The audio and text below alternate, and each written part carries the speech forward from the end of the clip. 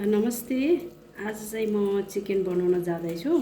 यो चिकन चाहिँ ओभनमा बनाउँछु। एउटा मेरो लोकल चिकन हो। अब यसलाई 4 पिस काट्छु हैन। 4 पिस काटेर चाहिँ सफा गरेर बनाउँछु। भिडियो पुरा हेर्नु होला। अब चाहिँ मैले यहाँ चिकन सफा गरिसकेको छ है। 4 पिस काटेको छ, एकदमै राम्रोसँग सफा गरेको छ। यहाँ कागती हालेको छ। यो चाहिँ भेनिगर र कागतीको जुस हो। यसलाई चाहिँ 10-15 मिनट यसरी राख्नु है। अर्को सामानहरू म काट्छु, प्याज लसुनहरू, यो कर्नफ्लावर अलिकति हाल्नु है। यसले चाहिँ यो सफा गर्छ, यसको छाला एकदम सफा गर्छ। अब यसलाई 10-15 मिनट यसरी राख्नु। अहिले चाहिँ यहाँ चाहिँ मैले यहाँ आलु हैन, क्यारेट यस्तरी काटेको छु, रेडी गरेको छु। अब यसमा चाहिँ मसलाहरू सबै हालौँ है। यहाँ चाहिँ तेजपात छ, यो फिस चिकन मसलाहरू, अदुवा लसुन, यो खुर्सानी चिकनमा चाहिँ सबै छ है।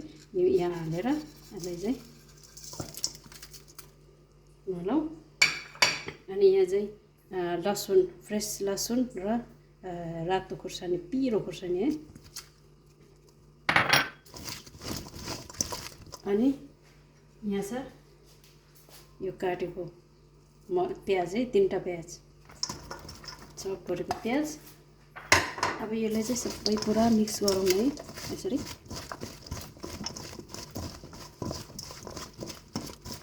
अलिकति थोरै नुन,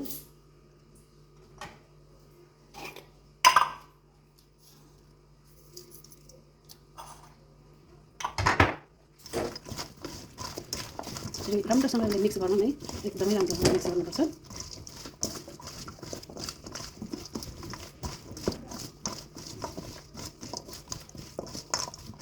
अनि त्यसपछि यहाँले यसमा पहिला चाहिँ यो आलुलाई राखौँ हैन। पुरा आलु यसरी राखेर आलु जति एक ठाउँमा राखौँ यसरी। यहाँ चाहिँ मैले आलु र क्यारोट यसरी राखेको छु है। अनि यहाँ चाहिँ यो चाहिँ प्याज है। यो प्याजमा चाहिँ सबै चिज छ। यसरी यो प्याजलाई चाहिँ यहाँ यसरी राखौँ बिचमा। यहाँ चाहिँ मसलाहरू सबै पुरै छ।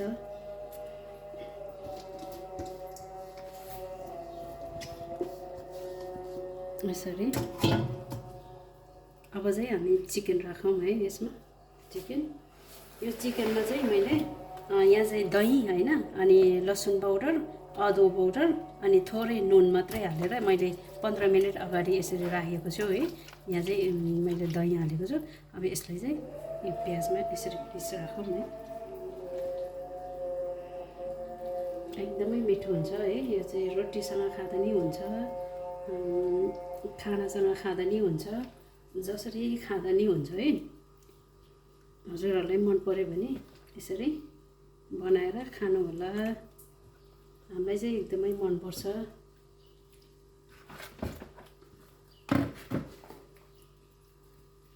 यसरी अब अर्को यो चाहिँ फ्रेस गोलभेडा पेस्ट बनाएको छु।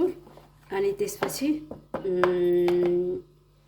यो चाहिँ गोलभेडा पेस्ट है। यो चाहिँ रेडी नै हुन्छ। अनि यसले हालेको छु 2 चम्चा है। अनि यहाँ चाहिँ फेरि यसमाथि राखौँ है यसरी।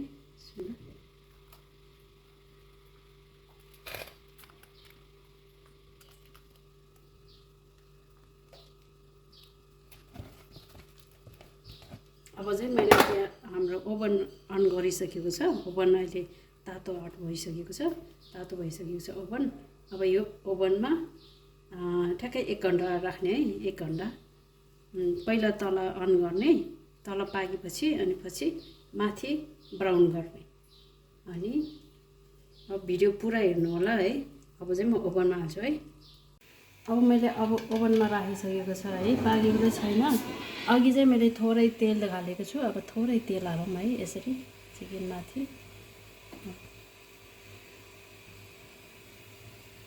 अब यो आधा घन्टापछि हेरौँ है। आधा घन्टासम्म यो पाक्नुपर्छ तल माथि। ओभन अन गरेको छु, तर माथि पनि ब्राउन हुनुपर्छ, तल एकदम राम्रोसँग पाक्नुपर्छ। भिडियो पुरा हेर्नु होला। अब चाहिँ मेरो चिकन रेडी भएको जस्तो छ, हेरौँ है, पाकिसकेको छ।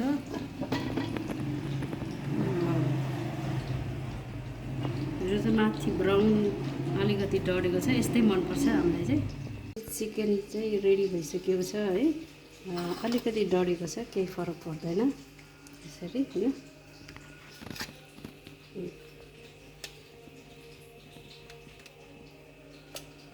यो चाहिँ रोटीसँग खाँदा चाहिँ एकदमै मिठो हुन्छ है, खानासँग भन्दा चाहिँ मलाई चाहिँ एकदम रोटीसँग चाहिँ एकदमै मनपर्छ है। हजुरहरूलाई केसँग मनपर्छ, जेसँग खाँदा नि हुन्छ।